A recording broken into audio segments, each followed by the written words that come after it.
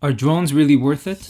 Today, we're diving into this common question that a lot of people, including yourself, might be wondering. I'll outline the pros and the cons of drones, as well as my answer to the question. Let's dive right in. For jaw-dropping aerials to smooth tracking shots, drones can absolutely take your videos to the next level. But before you drop hundreds of dollars, it may not be worth it for you. Here's what I've learned. Let's start with the good stuff. Drones open up a whole new world of shots that you just can't get with a tripod or even a crane. Need an epic establishing shot of a mountain, a city skyline, or a fast-paced chase scene?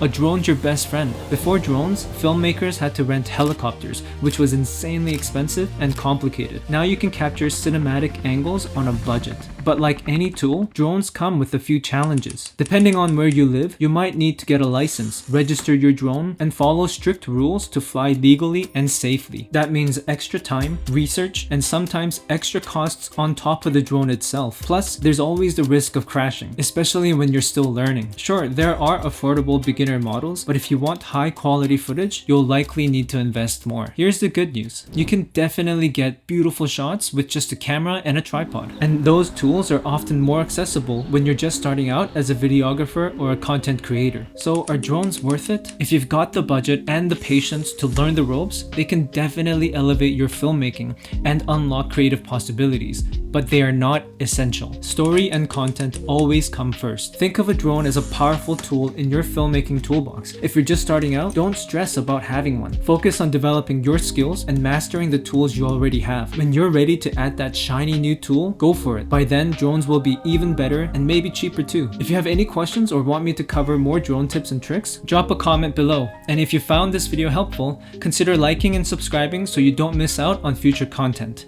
Thank you for watching, and I'll see you on the next one.